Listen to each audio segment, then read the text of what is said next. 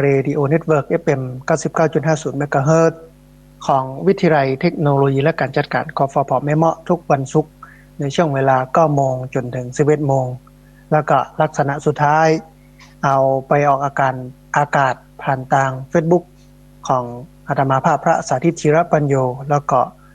เพจสถาบันธรรมาภิวัตน์รวมไปจนถึงใน YouTube พระสาธิตชิรปัญโยซึ่งอันหลังนี้เนี่ยเป็นบันทึกเอาไปออกคือท่านผู้ฟังไปติดตามรับฟังย้อนหลังรวมไปจนถึงสามารถส่งหรือว่าแชร์เอาไปให้ลูกให้หลานให้ญาติธรรมให้พี่ให้น้องได้ติดตามรับฟังกันโดยสาธุชนท่านผู้ฟังเฮาปะกันในบรรยากาศอึมครึมณขณะนี้เวลานี้เนี่ยที่อำเภอแม่เมาะจังหวัดลำปางในอึมครึมตะกี้เดินออกไปเข้าห้องน้ำ แงนดูท้องฟ้าบ่มีดาวสักแก่นแสดงว่าฝนก็ใกล้จะลงใกล้จะตกมาแหมแล้วพายุก็ใกล้จะเข้ามาแล้วมันก็เป็นที่น่ายินดีท่านผู้ฟังเพราะว่าที่ผ่านมาเนี่ยลุ้นกันรอกันเรื่องน้ำเรื่องฝนเนี่ยมาค่อนข้างที่จะเหมือนแต่วันนี้ก็มาแล้วแต่บางที่มานักล้ำไปถ้าเป็นภาษาต่างกันเมืองแป่ต่างลำปางเนี่ยนะคนบอกว่ามาแบบอโลอตูน มานักเกินความต้องการจำเป็นฝนมาเนี่ยบ่พออารมณ์มาโดยมันเป็นสัจธรรมบางพื้นที่เอาลูกเห็บมาตัวคือคนเฮาเนี่ยมันจะได้อย่างเดียวเนี่ยมันมีท่านผู้ฟังมันมีได้แล้วก็มีเสียอยู่ในหั่นหรือว่ามีอยู่ในตัวเองของมันเฮาก็ต้องยอมรับมันให้ได้ในฐานะที่เฮาอยู่ในโลกนี้อันหนึ่งมันทำให้เฮาหันว่าโอ้สิ่งแวดล้อมมันค่อนข้างที่จะวิกฤตถ้าบัดตกเนี่ยก็ลำบากมากร้อนแรงเป็นอยู่นี่ลำบากเย็นขึ้นมาหน่อยหนึ่งที่มันตกมันทำให้เราได้กึดเติงหาเรื่องของต้นไม้ท่านผู้ฟังเพราะนั้นเบื้องต้นนี่อยากจะเชิญชวนท่านผู้ฟังว่าหลังจากนี้ไปถ้าฝนตกแล้วหรือว่าเข้าสู่ฤดูฝนเนี่ยเราช่วยกันปลูกต้นไม้ปลูกในที่ของเฮาปลูกในบ้านเฮาปลูกอันตั้งนอกตั้งป่างที่สาธารณะที่เปิดอนุญาตปลูกได้ในป่าชุมชนในป่าในปูปลูกไปคือมันมีต้นไม้นักๆมันจะทำให้สิ่งแวดล้อมมันกลับมันฟื้นขึ้นมาอาตมาภาพก็เล็งไว้ ต้นมะม่วงเดี๋ยวจะเอาลงแหมปลูกแหมอันแต่ก่อนมาอยู่เนี่ยมีแต่ป่าข้าวโพดท่านผู้ฟังโล่งเตียนมดมีแต่ป่าข้าวโพดแล้วก็บางที่มันรกทึบเป็นเต็มไปด้วยต้นไผ่หนามซึ่งใช้ประโยชน์ได้น้อยก็มาปรับมาปรุงบางที่ก็เป็นนั้นเพิ่นฮ้องว่าเป็นลิงเป็นเหวก็เอาดินมาถมปรับปรุงปลูกต้นไม้แต่นี้ต้นไม้ใหญ่ขึ้นเยอะมากโดยเฉพาะต้นมะม่วงแล้วก็ต้นว่าหรือว่าต้นมะเกียงก็ค่อนข้างที่จะเติบโตขึ้นมาห่มเงาแถมปอดอกผลด้วยนะมะม่วงนี่นะดอกผลด้วยที่เลือกมะม่วงเพราะว่ามันเป็นต้นไม้ที่มันโตเร็วเป็นต้นไม้ที่ใช้น้ำน้อยแล้วก็เป็นต้นไม้ที่มันบ่พัดใบเรื่องดอกผลเนี่ยบ่ได้กึดเป็นประเด็นรองแต่มันก็ออกคือเฮา ออกคือเฮาก็เริ่มมีแล้วก็เดี๋ยวจะลงหลังจากนั้นที่ซื้อที่ญาติโยมให้หอมกันมาที่ซื้อต่างหลังกัน15 ไร่เนี่ยก็มีญาติโยมมันเอาไม้ผลไม่ว่าจะเป็นเงาะไม่ว่าจะเป็นมะนุนไม่ว่าจะเป็นมะม่วงไม่ว่าจะเป็นทุเรียนหลายอยู่ก็จะปรับลงก็สร้างความร่มเย็นให้กับพื้นที่ให้กับที่เฮาอยู่ต้นมะขามที่มีอยู่เนี่ยตอนนี้ใบมันเริ่มโป่งแล้วลูกหน้าแล้งเนี่ยกุมภามีนาเมษาเนี่ยปดทำโบฟังมันฮ้อนเพราะว่าใบมะขามมันร่วงให้หมดในเสี่ยงโกรนเหลือก็กิ่งก็ก้านอย่างกับเปิ้นยืนต้นตายแต่บ่กองได้ฝนมาปุ๊บได้ปุได้เป่งขึ้นมาหน้าฮ้อนท่านผู้ฟังมันก็ทำให้เฮาเกิดถึงต้นไม้เพราะฉะนั้นอยากจะรณรงค์ให้ท่านผู้ฟังช่วยกันปลูกต้นไม้คือมันนักขึ้นเพื่อสร้างอากาศที่ดีเพื่อสร้างความสมดุลของธรรมชาติเพื่อสร้างความร่มเย็นเป็นสุขเพื่อสร้างความชุ่มชื้นทำให้เกิดฝนตกมันทำให้เรานั้นอยู่ม่วนอยู่งันกันขึ้นพอสมควรมันอยู่ที่เราจะสร้างเนาะท่านผู้ฟังของมูนี่นะอาตมาภาพก็กึดกอยไว้อย่างนั้นพยายามจะสร้างให้มันนักขึ้น ก็แล้งมาปุ๊บก็เกิดเติงหาต้นไม้ถ้ามีต้นไม้แล้วมันก็จะห่มจะเย็นกันขึ้นอันนี้เกริ่นให้ท่านผู้ฟังได้ฟังเป็นเบื้องต้นแล้วก็ช่วงนี้ท่านผู้ฟังก็ระมัดระวังเรื่องของฝนฟ้าอากาศเรื่องลมกันโชกแรงเรื่องน้ำป่าไหลหลากดินโคลนถล่มเพราะว่าพายุเข้าบ้านไผ่อยู่ใกล้ห้วยใกล้แม่น้ำบ้านไผ่อยู่ใกล้ดอยที่จะโปรดจะปังบ้านไขอยู่ที่โล่งแจ้งบ่มีต้นไม้มุงบังกันลมก็ต้องระมัดระวังกันไว้ดีกว่าแก้อย่างอาตมาภาพได้อู้เสมอว่าการสูญเสียทรัพยากรไปกับการป้องกันแก้ไขป้องกันเนี่ยมันเสียน้อยกว่าการเสียทรัพยากรไปในการแก้ไขถ้าเราเสี่ยงสตังค์ เสี่ยงทรัพยากรเสี่ยงเวลาไปกับการป้องกันปัญหาที่มันจะเกิดขึ้นมันจะเสี่ยงน้อยกว่าการเอาทรัพยากรไปแก้ไขปัญหาหลังจากที่มันเกิดเหตุแล้วเหมือนอย่างที่เปิ้นบอกว่าวัวหายล้อมคอกเนาะเพราะนั้นท่านผู้ฟังช่วยกันพอกันกอยเรื่องนี้ก็ใน เบื้องต้นวันนี้เนี่ยถ้าผู้ฟัง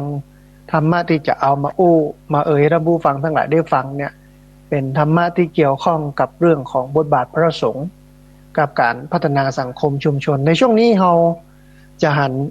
ตุเจ้าพระสงฆ์ออกมาช่วยเหลือชุมชนสังคมในหลายมิตินะ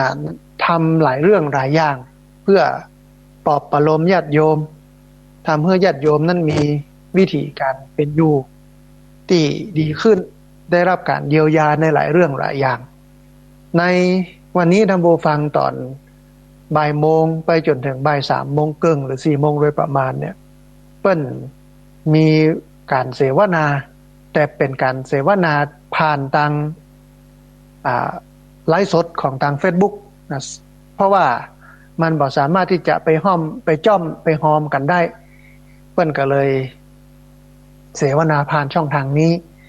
รวมไปถึงทางสถานีวิทยุและโทรทัศน์โลกพระพุทธศาสนาเฉลิมพระเกียรติของวัดยานนาวาอันข่าวดีๆหรือกระบวนการดีๆอย่างเงี้ยทีวีเปิ้นบ่ค่อยออกนะทีวีช่องลักนะ เพราะเปิ้นมีกล้ามีสินนะนาทีนึงเป็นล้านวะนะในการจะออกทีวีของเปิ้นนี่นะบ่ค่อยมีไผมาสนใจพอสมควรก็จะมีไทย PBS นะที่เปิ้นเข้ามาพอมากอยเรื่องนี้น้อยนึงนะฮะทีนี้ท่านผู้ฟังอันก่อนที่จะอู้ถึงเนื้อหาสาระบทบาทของพระสงฆ์ที่เข้าไปช่วยเหลือเจ้าบ้านเจ้าจองเนี่ยอู้ถึงเรื่องของเวทีเสวนาให้บึ้ดนี้ก่อนเพื่อให้ท่านผู้ฟังทั้งหลายนั้นได้ติดตามรับฟังกันส่วนหนึ่งเนี่ยอาตมาภาพก็จะเอาลิงก์ที่เปิ้นถ่ายทอดสดอันเนี้ยไปใส่ไว้ในไลน์กลุ่มเคลื่อนสีขาวหลายคนอยู่ในหั่นจะได้เปิดฟังกันนะแล้วก็เอาไปไว้ในหน้า Facebook ของอาตมาภาพในเพจของสถาบันธรรมาภิวัตรท่านผู้ฟังได้ติดตามรับชมรับฟังกันเขาจะพอกันในเวลานั้นก็ได้จะย้อนหลังก็ได้ถ้ามีเวลาว่าง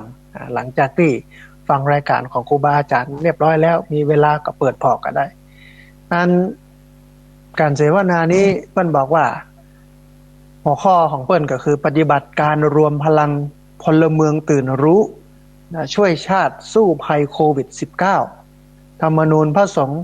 รวมพลังบวรสู้วิกฤตโควิด -19 ซึ่งเปิ้นเสวนากันที่สถานีวิทยุโทรทัศน์โลกพระพุทธศาสนาเฉลิมพระเกียรติที่วัดยานนาวาอันท่านผู้ฟังจะเริ่มกันแท้ๆก็คือบ่ายโมงครึ่งนะบ่ายโมงครึ่งนี้สมเด็จพระมหาจิราจารย์กรรมการมหาเถรสมาคมประธานกรรมการฝ่ายสาธารณสงเคราะห์ของมหาเถรสมาคมเจ้าอาวาสวัดยานนาวาประธาน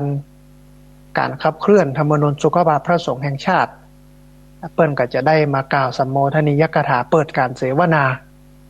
อู้กันในฐานะที่พระเดชพระคุณหรือว่าเจ้าพระคุณสมเด็จเป็นพระที่ทำงานด้านนี้หลังจากนั้นก็จะเป็นการเสวนาปฏิบัติการรวมพลังพลเมืองตื่นรู้ช่วยชาติสู้ภัยโควิด -19 หัวข้อธรรมนูญสงฆ์รวมพลังบวรสู้วิกฤตโควิด -19 ซึ่ง วิทยากรมีอยู่5ท่านนะก็คือ1พระมงคลวชิรากร เลขานุการฝ่ายสาธารณสงเคราะห์ของมหาเถรสมาคม2นายแพทย์สุภกิจศิริลักษณ์รองปลัดกระทรวงสาธารณสุข3นายแพทย์ประทีปธนกิจเจริญเลขาธิการคณะกรรมการสุขภาพแห่งชาติ4นายทวีเสริมภักดีกุลรองอธิบดีกรมส่งเสริมการปกครองส่วนท้องถิ่น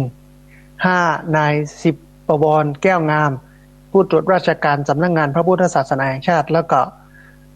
ดำเนินรายการโดยคุณโยมสุทธิพงศ์วสุโสภาพลรองเลขาธิการคณะกรรมการสุขภาพแห่งชาติอันการเสวนาทั้งของวิทยากรทั้ง5รูปคนเนี่ยจะใช้เวลาประมาณบ่ายโมง45ไปจนถึงบ่าย3โมงหลังจากนั้นก็จะเป็นการแลกเปลี่ยนประสบการณ์การทำงาน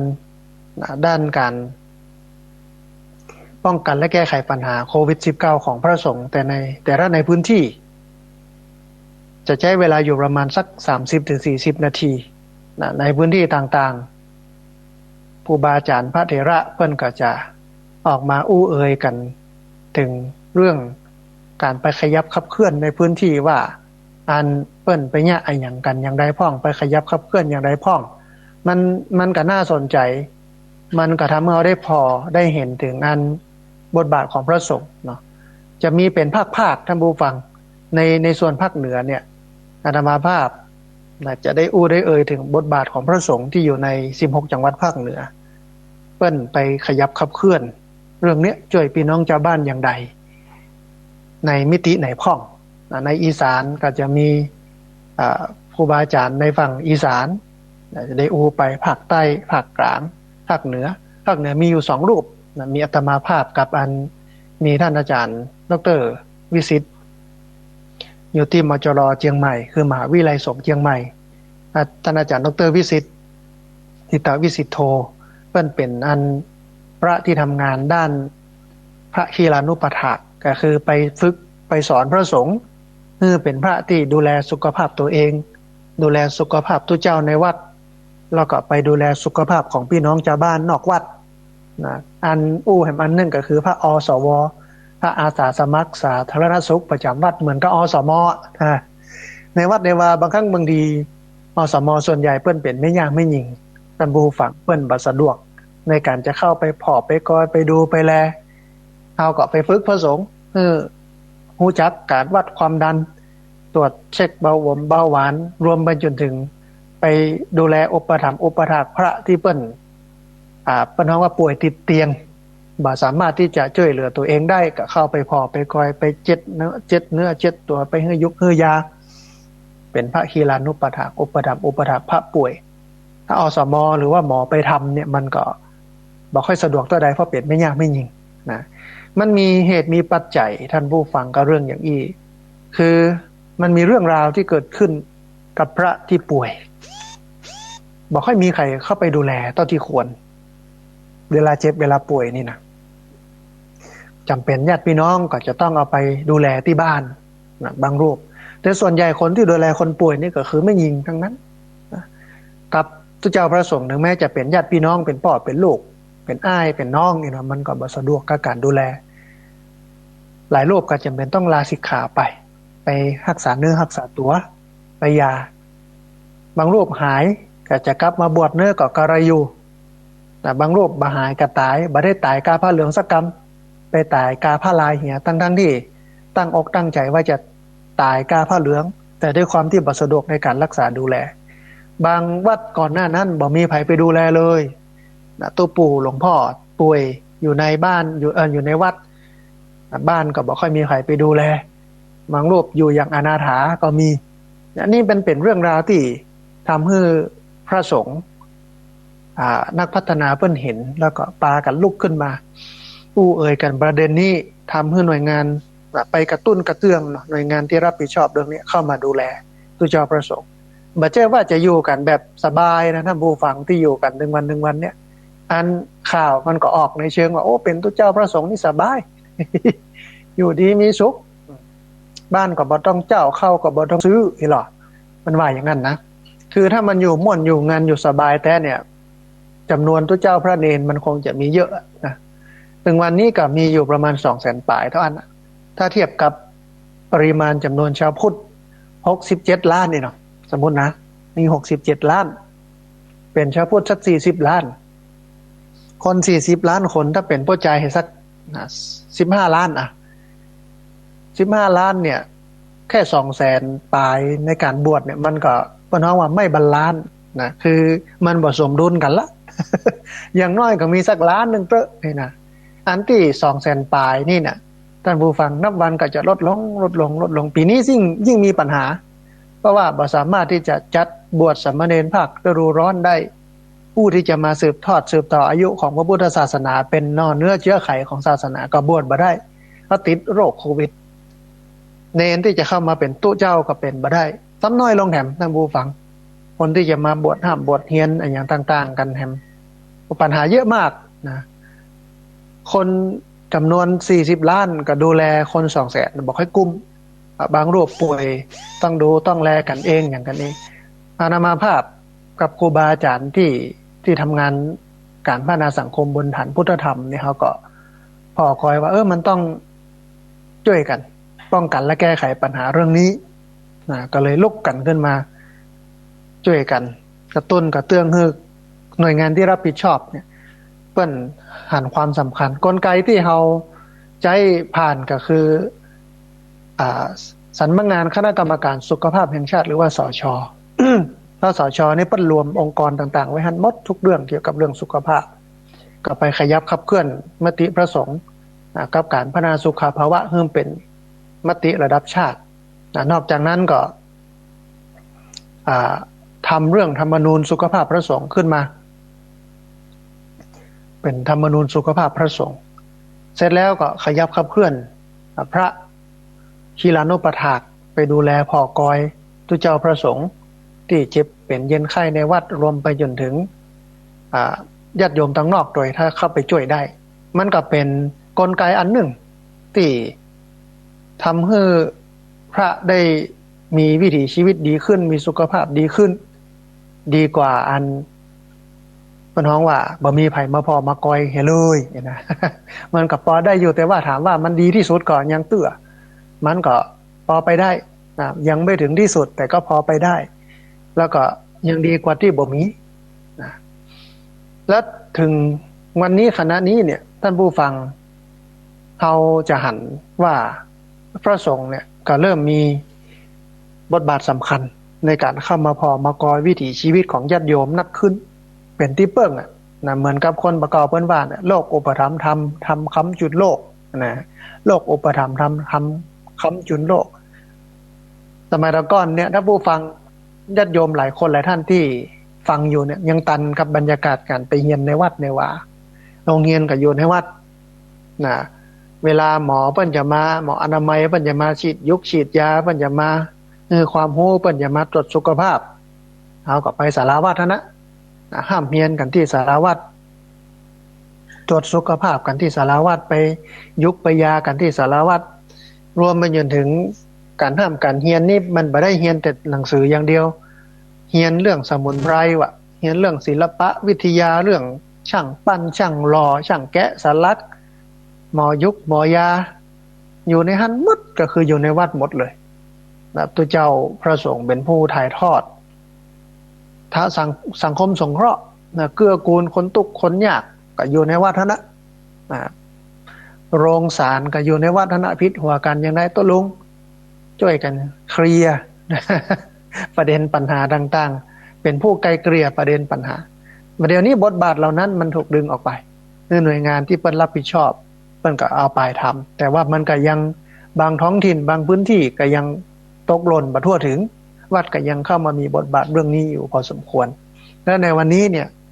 เกิดวิกฤตโควิด19หรือว่าโควิด19ขึ้นมาเขาก็จะหันชัดเจนกับบทบาทพระสงฆ์ที่เปิ้นเข้าไปดูแลสังคมชุมชนหลายพื้นที่เมื่อเกิดวิกฤตโควิด19เนี่ยเปิ้นประกาศพรกฉุกเฉิน เปิ้นเว้นระยะห่างทางสังคม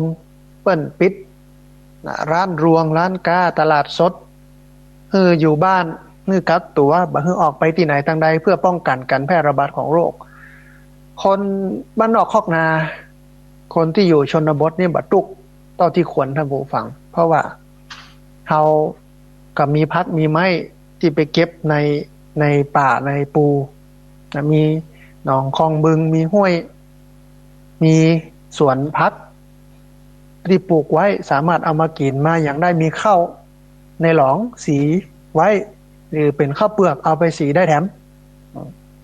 ก็บ่ค่อยเดือดร้อนเท่าไหร่แต่คนที่เป็นอยู่ในเมืองแต่คนที่ทำงานในเมืองที่ต้องไปเจ้าหอในเมืองโรงงานปิดหรือว่ากิจการปิดเปิ้นให้หยุดแล้วตัวเองก็ต้องอยู่ในหอเมื่ออยู่หอแล้วก้าหอก็ต้องจ่ายแต่เงินมีเข้าก็ต้องกินเงินบ่มีแถมบ่พอมีอยู่น้อยนึงแต่ว่าเอาไปซื้อมากินก็ลำบากก็อยู่ตุกมากคนที่เปิ้นเป็นอย่างอี้เพราะนั้นทุกเจ้าประสงค์หลายพื้นที่โดยสมเด็จพระสังฆราชก็มีดำริว่าวัดก็น่าจะตั้งเป็นโฮงตาลคือโยมมาเอากับข้าวไปกินนะคือวัดแต่ละวัดที่มีความพร้อมนะมีความพร้อมนะวัดที่บ่มีความพร้อมก็เปลี่ยนเป็นต้องทำวัดที่มีความพร้อมก็ไปจวนกันเงยญาติโยมละแวกวัดนั้นนะมาช่วยกันเนี่ยกับข้าวถ้าญาติโยมปอกับเนนพ่องทุเจ้าพ่องช่วยกันทำกับข้าวกับป่าแจกโยมเป็นโฮงตาลนะแจกโยมเป็นโฮงตาลให้โยมมาเข้าแถวเข้าคิวบางวัดเปิ้นจัดระเบียบดีบางวัดอันบัดตันได้มึงเรื่องจัดระเบียบก็มาศูนย์อิศูนย์อะกันเบียดเสียดเยียดยัดระยะหลังๆเปิ้นก็เริ่มกันจัดระเบียบขึ้นมาบางวัดก็เดลิเวอรี่เอาไปส่งต่อถึงบ้านไปเลยบางวัดทำเป็นถุงยังชีพเอาไปแจกบางวัดก็เปิดพื้นที่วัดมีทางภาคใต้เนาะเปิดพื้นที่วัดให้คนที่เปิ้นป่วยโควิดเนี่ยมากักตัวอยู่ในวัดเพราะว่าอันวัดเปิ้นพร้อมเรื่องที่อยู่เป็นจะเป็นนะนั่นไม่ใช่ว่าเฉพาะตู้เจ้าทำอย่างเดียวกับเรื่องของการกักกันโรคโควิดตังอนามัยตังหมอตังท้องถิ่นมันก็เข้ามาช่วย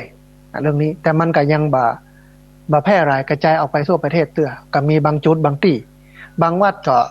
ออกไปเนี่ยเยี่ยมญาติโยมเพื่อกำลังใจเพราะว่าภาวะจิตใจของคนในยุคนี้ในช่วงนี้เนี่ยมันย่ำแย่เขาจะหันสถิติ การฆ่าตัวตายของคนเนี่ยเพิ่มขึ้นรายวันแต่ว่านี่ก็เป็นข่าวนะมีป้าคนหนึ่งไปที่หน้ากระทรวงการคลังไปเรียกร้องเงิน 5,000 บาทบ่ได้ก็กินยาเบื่อหนูเอายาเบื่อหนูไปด้วยนะฆ่าตัวตายดีเปิ้นเอาไปล้างท้องล้างไส้ตันนะอันนี้ก็น่าเอ็นดูน่าสงสารเพราะว่าคนได้รับผลกระทบจากวิกฤตนี้นักหนาจารีแล้วก็ในช่วงที่2ท่านผู้ฟังนะในช่วงเวลา 5:00 จนถึง 7:00 นจะอู้ถึงเรื่องของอาการปลอบประโลมจิตใจเพื่อนำไปสู่การฆ่าตัวตายทำลายชีวิตทำลายตัวเองในช่วงที่2นะแต่ในช่วงนี้อู้ถึงบทบาทของพระสงฆ์ก่อนหลายวัดหลายวาก็ออกรายการวิทยุอย่างท่านอาจารย์พระครูอภิวัฒนวิกรมเนี่ยเพิ่นก็ปรึกษาหารือบอกกล่าวอาตมาภาพว่าท่ามกลางภาวะวิกฤตอย่างอี้เนี่ยญาติโยมจิตใจบ่อยู่กันเนื้อกันตัวเป็นตุกอ่ะนะเฮาจะเนี่ยจะได้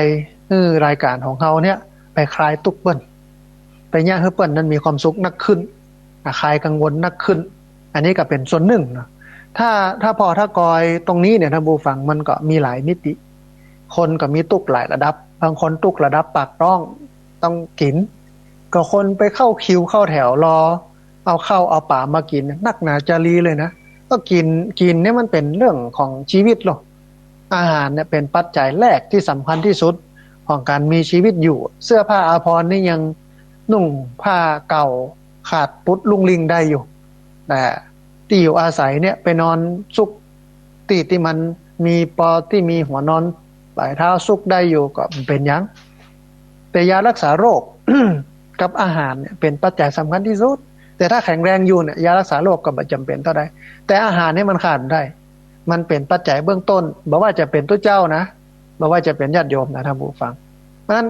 วัดหลายวัดเปิ้นก็เปิดโฮงตาลแจกโดยเฉพาะวัดในเมืองที่ได้รับญาติโยมชนชั้นกลาง คนทำงานที่เปิ้นอยู่ระดับกลางเนี่ยเปิ้นได้รับผลกระทบเนี่ยวัดหลายวัดก็เปิดหลายพื้นที่ก็เอาไข่ไปแจกแต่วัดชนบทนะบ่พอมีอย่างนักเพราะว่าชาวบ้านชาวจองเขาได้รับผลกระทบบ่พอนักกับเรื่องอย่างอี้แต่วัดในเมืองคนอยู่ในกรุงเทพอยู่ในปริมณฑลเนี่ยเปิ้นได้รับผลกระทบนักก็เป็นดีอินดูคนทำงานเปิ้นฮ้องว่าชนชั้นกลางเนาะที่ได้รับผลกระทบแบบนี้ทุกเจ้าพระสงฆ์ก็ลุกขึ้นมาเยียวยาช่วยเหลือดูแลนะในการลุกขึ้นมาช่วยเหลือดูแลของพระสงฆ์ลักษณะอย่างนี้เนี่ยอย่างที่อาตมาภาพบอกว่าจะเป็นตั้งโรงทานแจกอาหารแจกไข่แจกถุงยังชีพ เปิดวัดญาติโยมที่เปิ้นได้รับผลกระทบโควิดนะมาอยู่ที่วัดมากักตัวที่วัดโดยร่วมมือกันกับหน่วยงานภาครัฐภาคเอกชนออกรายการวิทยุปลอบประโลมจิตใจญาติโยมเพื่อกำลังใจญาติโยมออกไปเยี่ยมเยือนตามที่ต่างๆรวมไปจนถึงบางวัดเปิ้นเย็บหน้ากากหรอทำแมสหน้ากากแจกญาติโยมบางวัดเปิ้นทำเจลล้างมือแจกญาติโยมวัดที่เปิ้นพร้อมเนาะวัดไหนพร้อมอย่างใดวัดไหนมีอย่างที่พอจะทำได้ก็ตื่นตัวกันทำกันทั่วประเทศนะช่วยกันแจกจ่ายให้ญาติโยมได้ใจสิ่งเหล่านี้เพื่อบรรเทาความทุกข์ของญาติโยมในทุกมิติเพราะว่าจะเป็นมิติจิตใจเพราะว่าจะเป็นมิติทางร่างกายเศรษฐกิจสังคมอันหนึ่งที่เป็นประเด็นซึ่งอาตมาภาพจะอู้แห่งบึดเนี่ยก็คือเรื่องของการบทบาทของวัดและพระสงฆ์ในการสนับสนุนส่งเสริมให้เกิดความมั่นคงทางด้านอาหารอย่างยั่งยืนเฮาหันแล้วว่าเวลาเกิดวิกฤตอย่างอี้เนี่ยอย่างก็แปลงบอกว่าจะเป็นกลไกอย่างต่างๆในตลาดหรือว่าจะเป็นเรื่องการทุจริตการกักตุนอย่างอาหารนี่เนาะมันนั้นเมื่อเฮาหันว่ากับข้าวเป็นเรื่องสำคัญของกินเป็นเรื่องสำคัญที่จริงวัดก่อนหน้าจะเข้ามามีบทบาทเรื่องนี้ก็คือพื้นที่วัดปะเลอะปะเตอบางวัดเนาะพื้นที่กว้างขวางแต่จัดระบบน้ำเมื่อดีเปิดโอกาสให้โยมได้มาช่วยกันปลูกพักคักไม้หรือพระเนนก็ตามนะที่มีกำลังสามเณรช่วยกันปลูกพักคักไม้เอาไว้ใจไว้กินในยามฉุกเฉิน ในยามที่มันเกิดวิกฤตอย่างอี้เนี่ยการขนส่งก็ลำบากเพราะว่าติดเรื่องประกาศภาวะฉุกเฉินหรือเคอร์ฟิวกับเข้ากับป๋าก็บ่มี ร้านรวงที่เปิ้นขายกันก็ปิดนะบรรยากาศบ้านนอกเนี่ยอาจจะบ่หันอย่างอี้ท่านผู้ฟังแต่บรรยากาศในเมืองมันเป็นจริงๆมันวิกฤตจริงๆเขาก็สามารถส่งพักไม้เสบียงเหล่านั้นให้คนในเวียงได้กินนะในฐานะที่เป็นเพื่อนร่วมโลกนะในฐานะที่ผ่านมา เพื่อนก็อุปถัมภ์อุปถัมภ์บำรุงพระพุทธศาสนาเฮาก็เกื้อกูล เพื่อเปิ้นได้รับเรื่องของเครื่องอุปโภคบริโภคเหล่านี้นี่เป็นบทบาทของพระสงฆ์ที่ลุกขึ้นมาทำมันเมื่อเฮาหันว่าพระสงฆ์ก็มีคุณค่าและความสำคัญในทุกมิติบอกว่าจะเป็นมิติในส่วนของร่างกายแบบปัจจัย4เครื่องยังชีพต่างๆในมิติของจิตใจที่ให้กำลังอกกำลังใจให้ข้อคิดให้ธรรมะมาปลอบประโลมจิตใจญาติโยมมันต้องไปด้วยกันนะลำพังแต่ธรรมะ ลำพังแต่กัน ขออภัยท่านผู้ฟังปลอบประโลมอย่างเดียวเนี่ยมันบ่กุ้มบ่พอเพราะว่า ต้องไส้มันหิวต้องมันกิ่วนะมันอยากเข้าตอนนั้นมันแบบธรรมะก็จำเป็นแต่เข้ามันจำเป็นกว่าถ้าได้กินข้าวใจมากปั๊บดีแล้วก็พร้อมที่จะรับธรรมะละแต่ถ้าหิวอยู่เนี่ยจะธรรมะธรรมโมอย่างก็มันก็ดีอยู่แต่มันก็บ่สามารถจะแก้ให้หายหิวได้อย่างที่เปิ้นว่านะต้องมันไม่ได้ตันเหมือนขาถ้ามันสามารถทำได้ทั้งสองอย่างนะให้เข้ากินตัวให้ธรรมะตัวเยียวยาทั้งสองฝั่งเนี่ยทั้งรูปธรรมและนามธรรมทั้งร่างกายและจิตใจเนี่ยว่ามันจะเป็นสิ่งที่ดีมากแล้วเฮาหันพระสงฆ์ลุกขึ้นมาทำหน้าที่หรือลุกขึ้นมาทำบทบาทเหล่านี้มันก็เป็นที่น่าชื่นชมแต่แน่นอนนะบูฟังมันก็ยังมีคนจำพวกหนึ่งซึ่งเป็นกระชาวพูดเขาเองเนี่ยก็ลุกขึ้นมาบอกมันไม่ใช่กิจของสงฆ์นะมันจะไปใหญ่เนี่ยไปเนี่ยกับข้าวกับปลาไปแจกญาติแจกโยมมันเป็นนักสังคมสงเคราะห์เพิ่นก็ว่ากันไปอันนั้นเป็นเรื่องความเข้าใจของบุคคลนะเขาก็ทำไปมันก็ถามว่าบางอย่างกับผิดวินัยของพระของสงฆ์ไหมบางอย่างก็ผิดแต่ว่ามันไม่ได้เป็นวินัยร้ายแรงที่ผิดมันเป็นวินัยที่สามารถ ไปสลัดออกได้นะโดยการไปแสดงเทศนาบัตรไปโปร่งอาบัติมันก็เป็นวินัยเล็กๆน้อยๆที่ทำแล้วมันก็สามารถไปแสดงอาบัติเพื่อโปร่งมันได้มันไม่ใช่ร้ายแรงกับการกลัวผิดศีลซึ่งเป็นอาบัติเล็กน้อยกับปล่อยให้โยมตุกให้โยมยากทั้งที่เราสามารถช่วยได้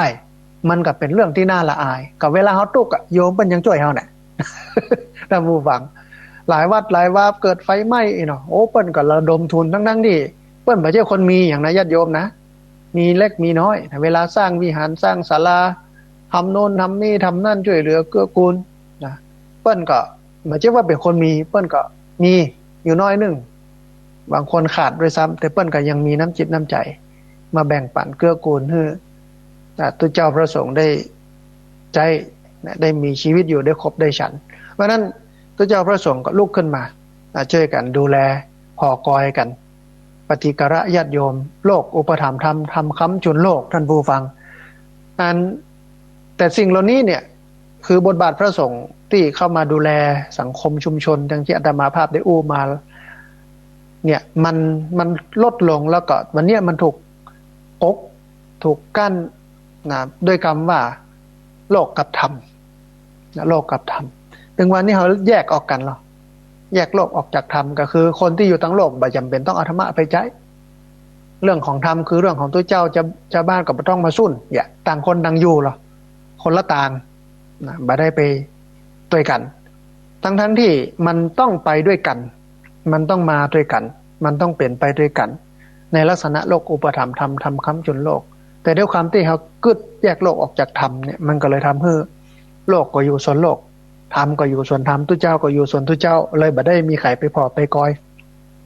ชาวบ้านก็อยู่ส่วนชาวบ้านเซ้าว่าหากินกันไปในการเซ้าว่าหากินนั้นบ่ต้องเอาธรรมะเข้ามาเกี่ยวข้องละจะโกงจะได้เนี่ยจะได้ก็ได้ฮื้อได้มาเห็นหรอนี่มันทำให้รู้ถึงสองแต่ถ้าขนานไปด้วยกันคือโลกกับธรรมขนานไปด้วยกันทำโลกอุปถัมภ์ทำค้ำจุนโลกเนี่ยมันจะเป็นกัลยาณมิตรที่คอยตุ้มคอยปาวกันไปวัดกับชุมชนก็ต้องกู้กันไปตัวพัฒนาวัดไปตัวพัฒนาชุมชนไปตัวโดยใช้ธรรมะเจ้าบ้านช่วยวัดช่วยบ้านมันไปด้วยกันแบบดีแบบงามแต่ว่าที่ผ่านมาเนี่ยมันถูกแยกออกจากกันอาตมาภาพอู้เสมอว่าจะไปแยกกันได้อย่างไรพระหรือว่าตุเจ้ามันก็อยู่กับโยมบนโลกนี้ไม่ใช่ว่าตุเจ้ามันไปอยู่ดาวอังคารที่ไหนนะเวลาไฟไม่นอกวัดบ่มควันมาควันมันบ่เข้าวัดมันจะบอกว่าอันนี้เป็นเขตธรรมโลกไม่เกี่ยวนี่นะควันมันจะบ่เข้าวัด ควันมันจะหลีกเว้นวัดไปเห็นแล้วไปปัดไปเข้าไปบ้านอื่นเนี่ยมันไม่ใช่มันก็เข้าวัดนั่นนะเมนกันดึงๆในวัดในวานะ PM 2.5 เต็มแล้วก็โรคเนี้ยอย่างโควิดนี่เนาะเรื่องโควิดเป็นเรื่องตั้งโลกบ่เกี่ยวกันตั้งธรรมโควิดบ่เข้าวัดละมันก็เข้าอยู่ดีท่านผู้ฟังมันกับปะกับปานกันอยู่ดีเพราะอย่างพระตุเจ้าก็อยู่บนโลกนี้อยู่กับโยมโลกมันไม่ได้ไปอยู่ดาวอังคารที่ไหนเพราะฉะนั้นต้องยกคำว่าไม่ใช่คิดของสงฆ์ออกไปต้องยกคำว่าเป็นเรื่องทางโลกออกไปมันเป็นเรื่องที่ควรกระทำในฐานะที่โลกอุปถัมภ์ทำค้ำจุดโลกนะต้องชื่นชมท่านผู้ฟังต้องให้กำลังใจตัวเจ้าพระสงฆ์ที่เป็นลุกขึ้นมาช่วยเหลือญาติโยมตรงนี้เฮาบางครั้งบางทีเฮาช่วยอย่างเนี้ยอย่างได้บรรณักเฮาก็ให้กำลังใจเปิ้นเข้าใจเปิ้นแค่นี้เปิ้นก็ได้กำลังใจเข้าใจและทำงานด้านนี้ไปนะให้ญาติโยมได้มีชีวิตความเป็นอยู่ที่ดีขึ้นนะนี่ต้องอนุโมทนาบุญด้วยเอาละท่านผู้ฟังเลือบแลพอเวลาตอนนี้ ได้เวลาเปิดสายท่านผู้ฟังที่ฟังอยู่ทางบ้านจะได้โทรเข้ามาร่วมเอ่ยกันโทรเข้ามาร่วมแสดงคำคิดคอมเมนต์กันแล้วเรียนเชิญเจริญพรนะท่านผู้ฟังนะโทรเข้ามาที่เบอร์0647282899เบอร์0647282899เรียนเชิญเจริญพรได้โทรเข้ามาร่วมเอ่ยกันโทรเข้ามาร่วมแสดงคำคิดความเห็นกันในช่วงนี้เรื่องของการแพร่ระบาดของโควิด -19 ก็เริ่มคลี่คลายไปในทิศทางที่ดีแต่ว่าใจภาษาวิชาการของหมอเพิ่นว่ากาดอย่าตกเฮาก็ต้องป้องกันต้องระมัดระวังบ่ให้มันกลับมาแพร่ระบาดแถมจะไปชะล่าใจท่านผู้ฟัง ที่เปิ้นบอกว่าเว้นระยะห่างทางสังคมสวมหน้ากากอนามัยล้างมือด้วยเจลแอลกอฮอล์หรือแอลกอฮอล์เฮาก็ต้องทำกัน เพื่อบ่ให้เกิดเรื่องของการแพร่ระบาดมาเปิ้นฮ้องว่ามาเป็นรอบที่2ที่เกิดจากความประมาทของเฮาเพราะนั้นต้องทำให้มันเห็นเปิ้นบอกว่ามันจะอยู่กับเฮาไปแหมเมินไปแหมสักปี2ปีเพราะก็จะขี้จะคลายอีกนะกำเป็นหยังเฮาอยู่กับมันแต่อย่าไปตุกกับมันกันแล้วกัน วันนี้มีสายเข้ามาสายหนึ่งเดี๋ยวครับสายนี้ก่อนเปิ้นจะว่าจะได้พ้องเจริญพรอย่างว่าจะเจ้าอาจารย์การคุณโยมแนะนำตัวน้อยสายทองโทรมาจากวัดห้วยจามบ้านห้องละปูนบ้านห้องละปูนจ้าสาธุแม่สายทองมีอย่างเพิ่มเติมบ้างวันนี้เพิ่มเติมอาจารย์แล้วว่าได้ประสบเสร็จทุกสิ่งทุกอย่างจ้าสาธุได้ให้กำลังแก่ตุเจ้าพระสงฆ์ที่เปิ้นออกมาดูแลญาติโยมโดยเนาะจ้าสาธุสาธุเอาอนุโมทนาบุญตกเย็นดีนะอาจารย์เนาะแม่นบ้านพักบ้านไม้ของงามดีลำเดือนแม่นละแต่ก่อนมันเหี่ยวเนาะนะสาธุอนุโมทนาสาธุได้กำลังใจจัดนักยมแม่สายทองจากบ้านห้วยการบ้านห้องละปูนโทรเข้ามาสายแรกโทรมาให้กำลังใจถึงอาตมาภาพและให้กำลังใจตุเจ้าพระสงฆ์ที่เพิ่นได้ทำงานนะคือรูปไหนพร้อมด้านไหนกันเนี่ยด้านนั้นแต่อาตมาภาพนี่แจกบ่ได้ไปตั้งโรงทานบ่แจกเพราะว่าบริบทสังคมตรงเนี้ยมันบ่เดือดร้อนเรื่องกินเรื่องว่าเพราะการใครกินพักเข้าป่าใครกินป่าลงหนองได้อยู่นะตอนนี้ อันพักก็โป่งออกมายังก็มีกินเพิ่นก็บ่เดือดร้อนเรื่องนี้เฮาก็ฮื้อเรื่องจิตใจนะประโลมจิตใจส่วนหนึ่งก็แจกเจลแอลกอฮอล์เปิ้นเอาไปล้างมือเพราะโยมเปิ้นเอามาตานนักเป็นที่เกลียเฉลี่ยจากคนมีไปหาคนบ่มีนะหน้ากากก็ไปแจกอันข้าวสารมีพ่องไปแจกคนทุกคนเนี่ยอย่างเงี้ยวัดไหนอันที่เปิ้นเนี่ยได้อย่างใดเปิ้นก็เนี่ยอย่างนั้นพอดีมีสายเข้ามาแถมสายนึงเดี๋ยวรับสายนี้ก่อนเปิ้นจะว่าจะได้พ่องเจริญพรไว้สาค่ะท่านอาจารย์เจริญพรคุณโยมโควิดครับติดตามฟังพระอาจารย์อยู่เสมอกำลังใจพระอาจารย์ด้วยเนอะโอ้อนุโมทนาวันนี้มีอย่างจะเพิ่มเติมพ่องวันนี้ยังบอกมีปัญหาอย่างที่จะถามพระอาจารย์แต่ฟังพระอาจารย์แล้วเข้าใจดีครับโอ้อนุโมทนาบุญเนอะประเด็นนี้ก็ฝนตกกันแล้วนอนทวนหน้าได้ยินอกยินใจซุ่มอกยุ่งใจเหมือนกันใช่ถ้าบ้านนี้ก็แย่กันรอกันมาเมินละประเด็นนี้มันคือว่าทั่วฟ้าแต่กับรอบนี้แหละพอได้จุ่มได้เย็นต้นไม้ได้โป่งได้งอกเนาะครับได้ถึงต้นไม้ได้โป่งได้งอกได้ถึงจุ่มอกจุ่มใจของชาวบ้านถึงตู้เจ้าพระเห็นในนอนมันมีฮันโมดนะบ้านเนี่ยเนาะแม่นละน้ำมันคือชีวิตอนุโมทนาบุญกับคุณโยมโควิดเนอครับผมไว้สาขอเป็นกำลังใจให้ท่านครับสาธุสาธุอนุโมทนาคุณโยมโควิดบ้านดอยหลังถ้ำนะบ้านโฮงละปูนนะพี่น้องบ้านโฮงพี่น้องละปูนมาแรงนะวันนี้นะ สายที่1สายที่2มาจากละปูนถึงกู้นะบ้านโฮงทั้งตัวนะพอดีมีสายเข้ามาแถมสาย1เดียวครับสายนี้ก่อนเปิ้นจะว่าจะได้พ้องเจริญพรไว้สาเจริญพรน้องเบี้ยวเด้อคุณโยมเบี้ยวน้องเบี้ยวนะผู้พิการทางด้านสายตาวันนี้ลำปางฝนตกก็ลำปางตอนนี้ยังบ่ตกเตื้อแต่ว่าครึ้มๆแต่ตกตะวาละมันแน่เนาะมันแน่อาจจะมาอยู่นะรอคอยมาเมินดีละมันจะได้จุ่มได้เย็นครับเทวดาป่วยน้ำมนต์มาให้ดีวันนี้มีอย่างจะเพิ่มเติมพ่องวันนี้ดูตัวเจ้าที่เพิ่นอันนี้เนาะเพิ่นนอนติดเตียงตัวอย่างนั่นนะถ้าเราบอกมีกระบวนการเข้าไปดูแลก็เปิ้นก็อยู่แบบทุกข์แบบยากกันเนาะต้องเข้าไปดูไปแลเห็นน้อยถึงจะได้บุญเดี๋ยวคนไทยก็บางคนก็ยังว่าเนาะ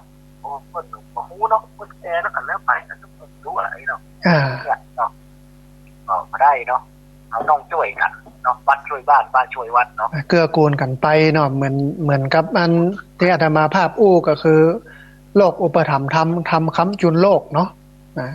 มันกับผมส่งเงินให้แม่ผมก็ว่านั่นน่ะผมสม่ำเสมอไม่ตรงครับเพราะว่า ตรงนี้ที่ใหญ่ได้ตามกันเศรษฐกิจมันบ่ดีเนาะก็อดเอาหน่อยนึงคิดห้องเจ็ดห้อง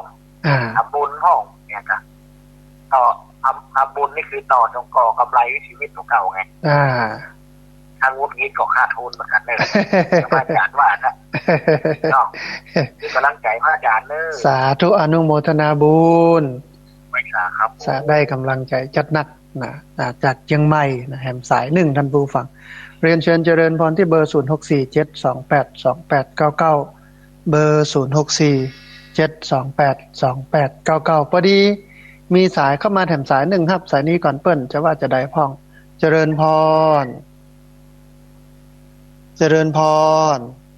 อาจารย์คุณโยมแนะนำตัวน้อยทุกป้อมนวัดวันหนองเจริญครับผมกราบนมัสการครับทุกป้อครับไม้ปีนก็อาจารย์บงไว้นี่ทุกป้อรอฝนลงแห่งกำจัดปลูกเด้อฟังเอาปลูกเด้อผมนี่ก่อนอดน้ำต้มๆวันก่อนครับตอนนี้ก็เขียวอยู่เนี่ยครับตัวปอเพราะว่าเอาไปไว้ใกล้แทงน้ำฮดถึงวัน2-3 ปีก็ว่าแข็งแรงอยู่ไปเอาหาเด้อครับกราบขอบพระคุณตัวปอจัดหนักเลยครับนะครับผมกราบนมัสการตัวปอครับครับหลวงตัวปอนะเปิ้นเอาต้นไม้ท่านผู้ฟังมาถวายหลายต้นหลายเก้าแต่มันปลูกบ่ได้เตื้อเพราะตอนนั้นมันหน้าแล้งก็เลยเอาไปไว้ที่แทงน้ำแล้วก็มอบหมายให้ทุกเจ้าฮดน้ำถึงเจ้าถึงแรงตอนนี้ก็ปุ๊อยู่หั่นน่ะเดี๋ยวรอหน้าฝนแต่ก็จะเอาลงเป็นที่เป็นตางคือมันได้จุ่มได้เย็นกันต้องกราบขอบพระคุณทุกป่อนะครับพอดีมีสายเข้ามาแถมสาย1เดี๋ยวครับสายนี้ก่อนเปิ้นจะว่าจะได้พ้องเจริญพรได้ค่ะเจ้าท่านครูเดี๋ยวแม่แนะนำตัวน้อยแม่ชีเจ้าอยู่เชียงใหม่เจ้าอำเภออย่างแม่อำเภอสระปีอำเภอสระปีสัญญาณชัดเจนดีเนาะแม่เนาะชัดเจนดีเจ้าชัดเจนดีมีอย่างจะเพิ่มเติมพ่อแม่วันนี้วันนี้คือกำลังใจท่านพระครูนะเจ้าสาธุอนุโมทนาได้กำลังใจจัดหนักจากจังหวัดก็เพิ่มสระปีนะเจ้าสาธุบุญรักษาเนอะแม่เนอะเจ้าความท่านแม่มีกำลังใจเจ้าท่านพระครูดีละแม่ดีละมันจะได้จืดอกเย็นใจท่ามกลางวิกฤตนี่เนาะแม่เนาะเจ้าสาธุเจริญพรสาธุโยมแม่โทรมาให้กำลังใจจากสารปีเชียงใหม่ฟังจุตนจุองฟังธรรมะแล้วมันก็จุบอกเย็นใจมันนี้อาจจะเป็นเนื้อหาสาระที่เกี่ยวข้องกับเรื่องบทบาทพระสงฆ์แต่ว่าลึกๆแล้วมันก็เป็นธรรมะก็คือเรื่องของน้ำใจเรื่องของเมตตาความเอ็นดูกันและเรื่องของกรุณาการช่วยเหลือเกื้อกูลกันบ่ใช่ว่าจะโยมจะมาเกื้อกูลแต่ตัวเจ้าอย่างเดียวตัวเจ้ากับเกื้อกูลโยมตัวบ่ใช่ตัวเจ้าจะเกื้อกูลโยมในเชิงของธรรมะอย่างเดียวก็เกื้อกูลในเชิงความเป็นอยู่เรื่องกินเรื่องว่าเรื่องปากเรื่องต้องตัวอันอย่างที่มันเกื้อได้อันอย่างที่มันกูลได้ก็ทำกันไปโลกอุปถัมภ์ทำคำจุดโลกลูกถ้าบ่ช่วยกันแล้วไผจะมาช่วยเฮาท่านผู้ฟังเนาะจะไปรอให้คนอื่นมาช่วยนี่ได้ละอาตมาภาพจำกรรมของท่านอาจารย์ดร.พระมหาจัญญาได้เพิ่นก็บอกว่าจะเป็นป้าใจไม่ยิงบอกว่าจะเป็นตุเจ้าพระเนนบอกว่าจะเป็นญาติโยมเป็นอย่างกระจ้างก็ขอเพื่อเป็นพุทธศาสนิกชนขอเฮาได้ช่วยกันเพิ่นว่าอย่างนั้นนะพอดีมีสายเข้ามาแถมสาย1เดี๋ยวรับสายนี้ก่อนเปิ้นจะว่าจะได้พ้องเจริญพรกับแม่ค่ะเจ้าอาจารย์แม่ฟังอยู่เนอะแนะนำตัวน้อยฟังอยู่หมู่11เจ้าอยู่ที่อำเภอจอมทองเจ้าหมู่11ควงเปาเจ้าบ้านควงเปาหมู่11จอมทองเนาะอนุโมทนาบุญสัญญาณชัดเจนดีเนาะแม่เนาะฟังทุกวันอังคารเลยเนาะเจ้าฟังทุกส่วนกูองค์ละเจ้าแต่โทรติดเจ้าวันนี้โทรติดแล้วนะอนุโมทนาไม่แผ่เจ้าสาธุบ้านควงเปานะจอมตองเชียงใหม่โทรเข้ามาบอกว่าโทรติดยากขนาดแต่วันนี้โทรติดแล้วนะเป็นที่น่าดีอกดีใจพอ อดีมีสายเข้ามาแถมสายหนึ่งเดียวครับสายนี้ก่อนเปิ้นจะว่าจะได้พ้องเจริญพรเจ้ากราชาเจ้าท่านอาจารย์ยมแม่แนะนำตัวน้อยอยู่แม่ติเกี้ยอยู่บ้านศรีละพรศรีเตี้ยบ้านโอ่งละปูนนะเจ้าอนุโมทนาสัญญาณชัดเจนนะแม่เนาะเจ้าก้าวเนื่องไม่ชัดเจนดีเจ้าชัดเจนดีตามท่านอาจารย์ตลอดเด้ออนุโมทนาบุญนะแม่เด้อเจ้ากราบไหว้เจ้าสาธุสาธุนะโทรมาเฮ้อกำลังอกกำลังใจกันนะบ้านศรีลาพรศรีเตี้ยละปูนนะได้กำลังใจจัดนักท่านผู้ฟังเหลือเวลาประมาณสัก